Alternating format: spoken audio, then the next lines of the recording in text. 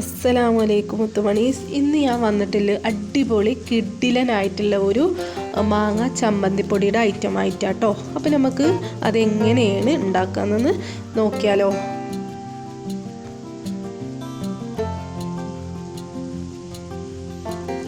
അപ്പോൾ അതിനായിട്ട് ഞാനിവിടെ എടുത്തിട്ടുള്ളത് വെളുത്തുള്ളി, ഇഞ്ചി ചെറുതായിട്ട് അരിഞ്ഞത്, പിന്നെ 3-4 വറ്റൽമുളക്, വേപ്പില, പിന്നെ ഒരു മാങ്ങ ചെറിയ കഷ്ണങ്ങളാക്കി എടുത്തത്, പിന്നെ കുറച്ച് തേങ്ങയാണ് എടുത്തിട്ടുള്ളത് കേട്ടോ. അപ്പോൾ ഒരു ചട്ടി വെച്ചിട്ടുണ്ട്, അതിലേക്ക് കുറച്ച് കടുക്, പിന്നെ അതേപോലെ ഉലുവ ഇട്ട് കൊടുത്തിട്ടുണ്ട്. അത് ഒന്ന് പൊട്ടി വന്നതിന് ശേഷം അതിലേക്ക് നമ്മളെ വറ്റൽമുളക് 4 ഞാൻ എടുത്ത് കൊടുത്തിട്ടുണ്ട് കേട്ടോ.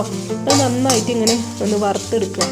അതൊന്ന് വറ്റൽമുളകൊക്കെ ഒന്ന് പൊട്ടി ഒന്ന് ആയി വരുന്ന ടൈമിൽ അതുവരെ ഒന്ന് നമ്മൾ ഇങ്ങനെ ഇളക്കിക്കൊണ്ടിരിക്കുക. അതിന് ശേഷം നന്നായിട്ട് പൊടിക്കുക.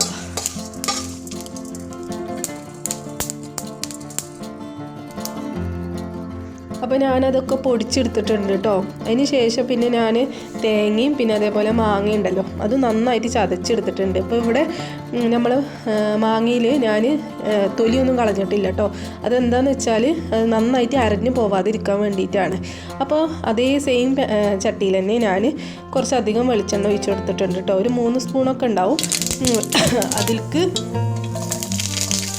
അതിലേക്ക് കടുക് ഇട്ട് കൊടുത്തിട്ട് അതിന് ശേഷം വെളുത്തുള്ളി, ഇഞ്ചി ചെറുതായി അരിഞ്ഞതും പാടെ ഇട്ട് കൊടുക്കുക. എന്നിട്ട് നമ്മളുടെ ഈ ഒരു വെളുത്തുള്ളി ഇഞ്ചിയൊക്കെ അതിൻ്റെ കളറ് മാറുന്ന ടൈമിൽ ഇച്ചിരി വേപ്പിലാണ് അതിലേക്ക് ഇട്ട് കൊടുക്കുന്നത്. അതിൻ്റെ കളറും ഒന്ന് ജസ്റ്റ് മാറി വരുമ്പോഴത്തേക്ക് നമ്മൾ ചതച്ച് വെച്ച നമ്മളെ തേങ്ങയും പിന്നെ അതേപോലെ മാങ്ങയും പാടെ രണ്ടും ഒരുമിച്ച് ഇട്ട് കൊടുക്കുക കേട്ടോ. ഒരുമിച്ച് രണ്ടും പാടെ ഇട്ടിട്ട് നന്നായിട്ട് ഇളക്കി യോജിപ്പിച്ച. ഇവിടെ കുറച്ച് അധികം ടൈം തന്നെ നമ്മൾ സിമ്മിലിട്ടുങ്ങാണ്ട് ഇതാക്കണം. ആ ഒരു നമ്മളെ മാങ്ങയിലില്ല ഒരു വെള്ളമൊക്കെ നന്നായിട്ട് വറ്റി വരണം. അപ്പോൾ അതുവരെ നമ്മൾ നന്നായിട്ട് അത് ഇളക്കി കൊണ്ടേ ഇരിക്കുക. ഇപ്പോൾ ആണെന്നുണ്ടെങ്കിൽ നമുക്ക് മാങ്ങ എല്ലായിടത്തും കിട്ടണേണ് അല്ലേ. അപ്പോൾ ഞാൻ അതിലേക്ക് ഇച്ചിരി ആവശ്യത്തിനുള്ള ഉപ്പാണ് കേട്ടോ ഇട്ട് കൊടുത്തിട്ടുള്ളത്. പിന്നെ നമ്മൾ പൊടിച്ചു വെച്ച നമ്മളെ ആ ഒരു ഫസ്റ്റ് നമ്മൾ പൊടിച്ചു വെച്ചില്ലേ ആ ഒരു വറ്റൽമുളകും അതിൻ്റെയൊക്കെ ആ ഒരു പൊടി ഞാൻ ചേർത്ത് കൊടുത്തിട്ടുണ്ട്. അതിന് ശേഷം ഇച്ചിരി മഞ്ഞപ്പൊടിയാണ് കേട്ടോ ഇട്ട് കൊടുത്തിട്ടുള്ളത്. നന്നായിട്ട് ഇളക്കി കൊടുക്കുക.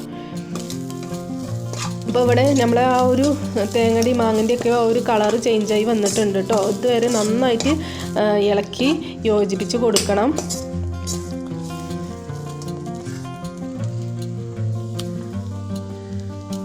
പിന്നെ ലാസ്റ്റായിട്ട് ഞാൻ അതിലേക്ക് ഇട്ട് കൊടുക്കുന്നത് കായപ്പൊടിയാണ്. ഇത് നമ്മൾ ആ ഒരു കായത്തിൻ്റെ ആ ഒരു ടേസ്റ്റ് മുമ്പിലേക്ക് നിൽക്കണം. അത് ഇച്ചിരി മതിയെന്ന് നമ്മളെ ഇഷ്ടപ്രകാരമാണ് കേട്ടോ ചെയ്യേണ്ടത്. അപ്പോൾ ഞാൻ കുറച്ചധികം തന്നെ ഇട്ട് കൊടുത്തിരിക്കുന്നത്. എനിക്ക് ആ ഒരു സ്മെല്ല് ആ ഒരു ടേസ്റ്റും എനിക്ക് ഇഷ്ടമായതുകൊണ്ട് ഞാൻ അങ്ങനെ കുറച്ചധികം ഇട്ട് കൊടുത്തിരിക്കണു. നന്നായിട്ട് ഇളക്കി കൊടുക്കുക.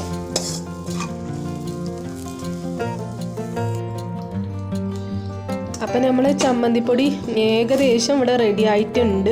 നമുക്ക് ആ ഒരു ഇതിലെ വെള്ളവും ഒക്കെ പോയി ആ ഒരു എണ്ണ ഇങ്ങനെ തേങ്ങയുടെ ആ ഒരു എണ്ണയൊക്കെ ഇങ്ങനെ തെളിഞ്ഞ് കാണുന്ന ടൈം ആകുമ്പോൾ നമ്മൾ സ്റ്റവ് ഓഫാക്കുക കേട്ടോ. ഗ്യാസ് ഓഫാക്കുക. അപ്പോൾ നമ്മൾ ചമ്മന്തിപ്പൊടി ഇവിടെ റെഡി ആയിട്ടുണ്ട്.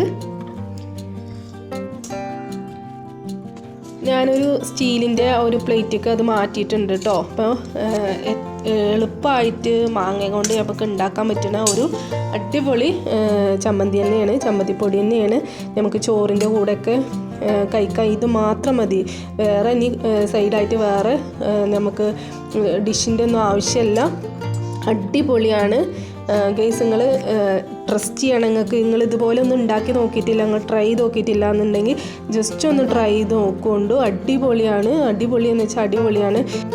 ഇനി ഇതാണെന്നുണ്ടെങ്കിൽ നമുക്ക് ഒരു ഗ്ലാസ് ജാറിൽ ഇട്ട് വെച്ച് 2 ആഴ്ച വരെ ഫ്രിഡ്ജിൽ സ്റ്റോറാക്കി വെക്കാം. അപ്പോൾ നിങ്ങൾക്ക് എല്ലാവർക്കും ഈ ഒരു റെസിപ്പി ഇഷ്ടപ്പെട്ടു എന്ന് വിചാരിക്കണു. ഇഷ്ടപ്പെടുകയാണെന്നുണ്ടെങ്കിൽ ജസ്റ്റ് ഒന്ന് സബ്സ്ക്രൈബ് ചെയ്ത് നമ്മളിന്ന് സപ്പോർട്ട് ചെയ്യുക. അപ്പോൾ ഇതുപോലെ അടിപൊളിയായിട്ട് ടേസ്റ്റി ആയിട്ടുള്ള പുതിയ റെസിപ്പീസുമായിട്ട് ഞാൻ വീണ്ടും വരുന്നുണ്ട്. അപ്പോൾ അതുവരേക്കും അസ്സലാമു അലൈക്കും.